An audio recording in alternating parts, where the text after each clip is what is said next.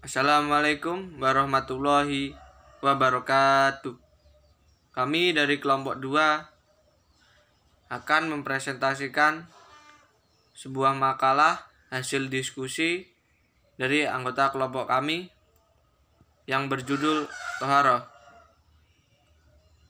dalam memenuhi tugas mata kuliah fikih ibadah.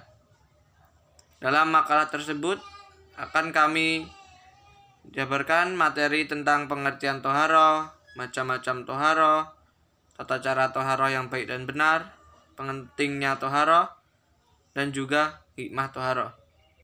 Sebelum kami memulai presentasi, alangkah baiknya kami memperkenalkan anggota kelompok kami terlebih dahulu.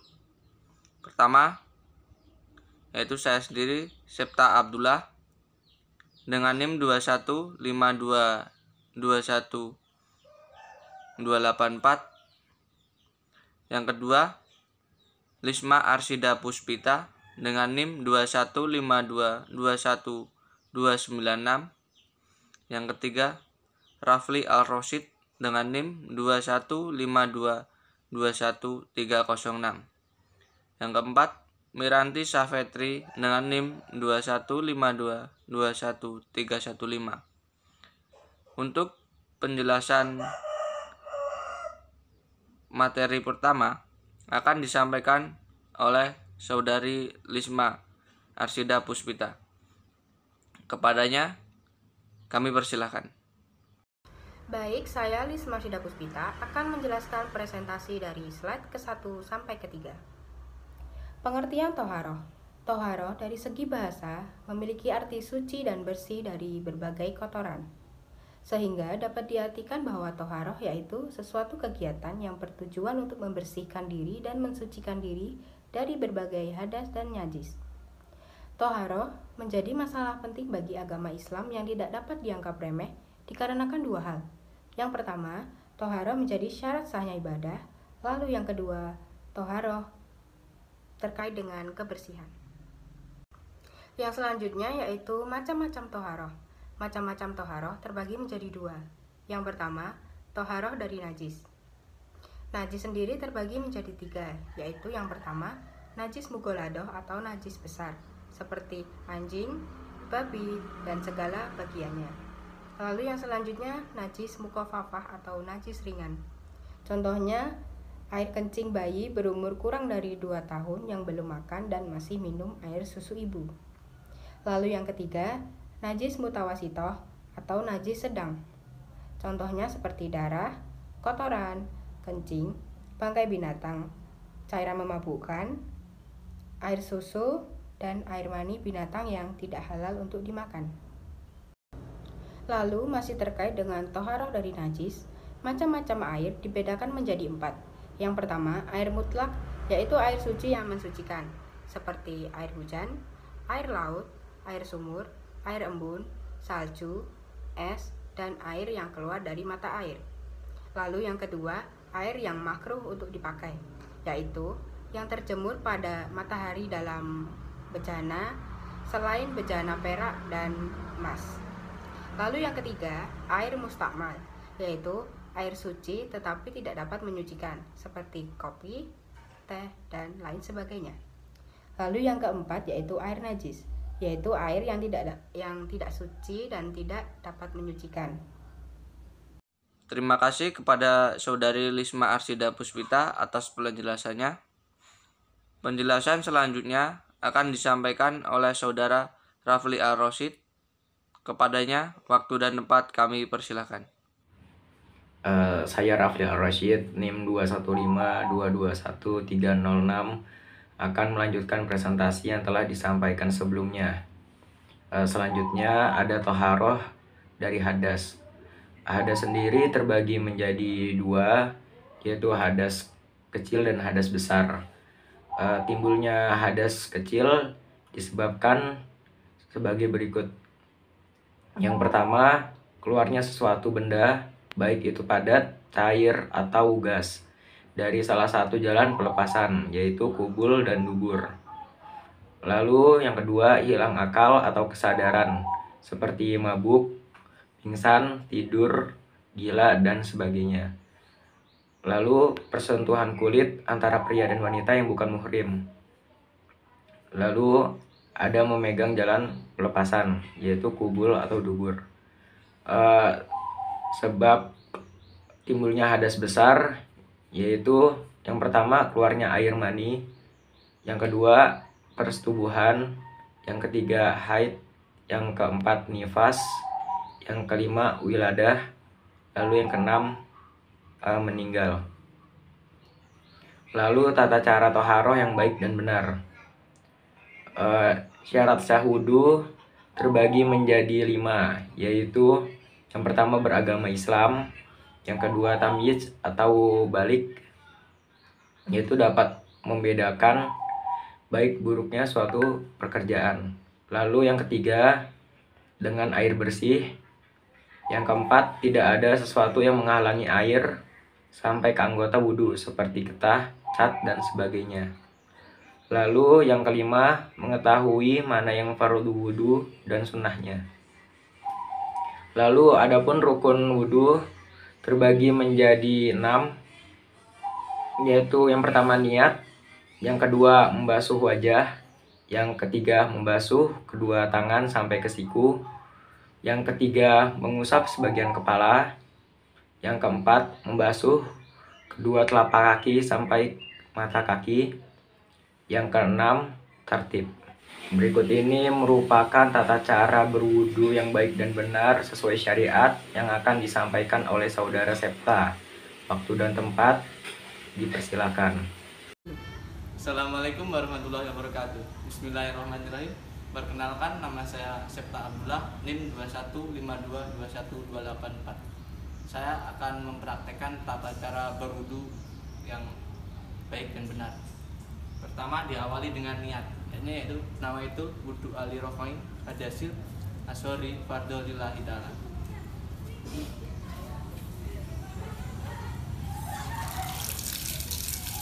Pertama, mengucap bismillah dan ta'awud dalam membasuh tangan. Bismillahirrahmanirrahim. Setelah itu berkumur. Sunnahnya 3 kali dalam setiap gerakan. Setelah berkumur, basuh hidung banyak 3 kali.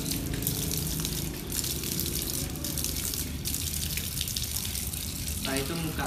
Sebelum membasuh muka, mengucap niat dalam hati. Nama itu wudu al-rohmanin al-jasil asori fardolillahi.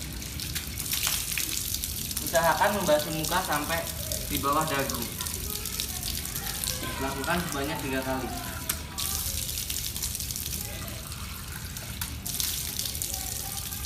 Setelah itu membasuh tangan sebanyak 3 kali. Dahulukan tangan sebelah kanan. Dalam membasuh tangan, basuhlah sela-sela jari.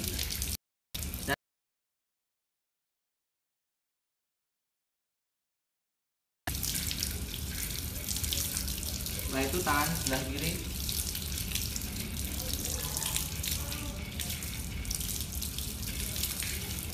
Setelah tangan selesai, basuh dahi, tapi mengenai rambut sedikit. Setelah itu basuh telinga, usahakan kanan dahulu. Dalam membasuh telinga, usahakan yang jari telunjuk masuk ke dalam dan jari ibu jari memutar ke atas. Begitu juga telinga sebelah kiri. Setelah itu membasuh kaki, juga dahulukan yang kanan. Dalam membasuh kaki, sunnahnya mencapai lutut, tapi jika tidak bisa mencapai lutut, cukup sampai pada mata kaki dengan membasuh sela-sela jari kaki dulu agar bersih dari segala najis. Lakukan sebanyak 3 kali.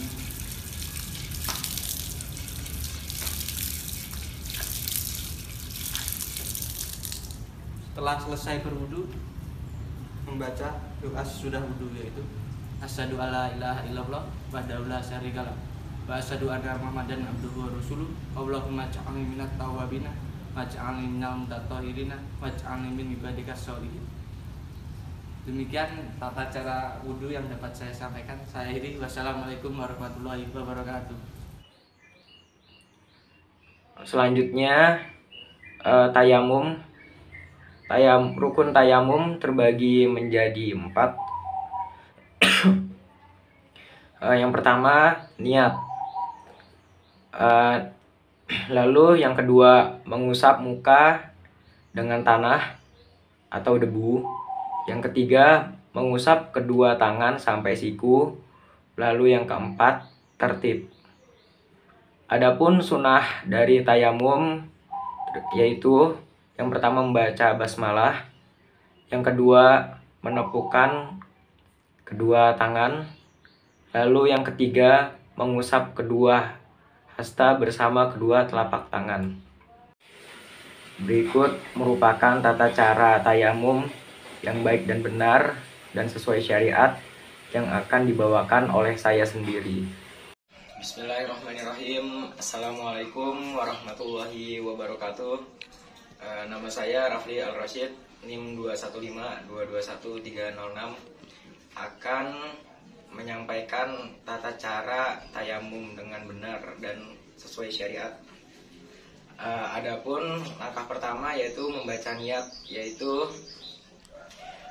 nawaitu tayamuma listibahatis sholati fardholillahi ta'ala. Lalu langkah yang kedua menempelkan tangan ke tembok, lalu menepuknya dan meniupnya. Hal ini bertujuan untuk menghilangkan debu yang berada di tangan. Selanjutnya mengusapkan tangan ke wajah, dilakukan sekali saja, lalu menempelkan tangan kembali ke tembok, dan selepas itu ditepukkan kembali dan ditiup. Lalu diusapkan ke tangan sebelah kanan terlebih dahulu, dilanjutkan ke sebelah kiri. Adapun beberapa pendapat ulama mengatakan bahwa mengusap boleh hanya di pergelangan tangan saja. Sekian dari saya. Terima kasih. Wassalamualaikum warahmatullahi wabarakatuh.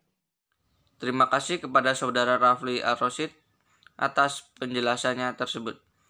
Penjelasan selanjutnya akan disampaikan oleh Saudari Miranti Safetri.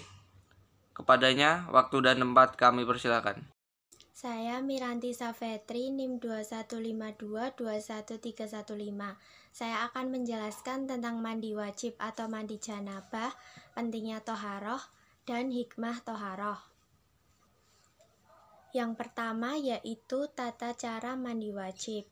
Pertama, niat dalam hati. Yang kedua, membaca basmalah. Ketiga, membasuh kedua telapak tangan sebanyak 3 kali. Membasuh kemaluan dengan tangan kiri. Membersihkan tangan kiri sebab tangan kiri sudah digunakan untuk membasuh kemaluan dan membersihkan kotoran. Yang selanjutnya yaitu berwudu. Selanjutnya menyiram tubuh bagian sebelah kanan terlebih dahulu, kemudian sebelah kiri, lalu menyelah-nyelah rambut secara merata sampai menyentuh kulit kepala dan menyiramkan air ke kepala, masing-masing sebanyak 3 kali siraman. Selanjutnya meratakan guyuran air tersebut ke seluruh tubuh sambil menggosok seluruh badan. Dan yang terakhir, bergeser dari tempat semula, kemudian membasuh kaki. Selanjutnya yaitu rukun mandi wajib. Yang pertama, niat. Bagi orang yang junub, hendaklah berniat atau menyengaja. Yang kedua, menghilangkan hadas junubnya. Perempuan yang haid atau nifas, hendaklah ia berniat menghilangkan hadas kotorannya. Yang terakhir, mengalirkan air ke seluruh tubuh. Selanjutnya, saya akan menjelaskan tentang pentingnya toharoh. Ada beberapa hadis yaitu sebagai berikut. Yang pertama, hadis riwayat Tirmizi, kunci sholat itu adalah kesucian. Yang kedua, hadis riwayat Muslim, kesucian itu adalah sebagian dari iman. Yang ketiga, hadis riwayat Bukhari, Allah tidak menerima sholat salah seorang kamu bila berhadas sampai ia berwudu. Jadi toharoh itu penting karena jika kita berhadas dan akan melaksanakan ibadah, maka kita harus melaksanakan toharoh terlebih dahulu agar ibadah kita sah dan diterima oleh Allah. Dan yang terakhir, saya akan menjelaskan tentang hikmah toharoh. Pertama, kebersihan dan kesehatan jasmani yang dicapai melalui bersuci akan menambah kepercayaan diri. Yang kedua, toharoh berisi ketentuan-ketentuan dan adab. Dengan melaksanakannya dengan penuh kesadaran dan kedisiplinan, maka akan menumbuhkan kebiasaan yang baik pula.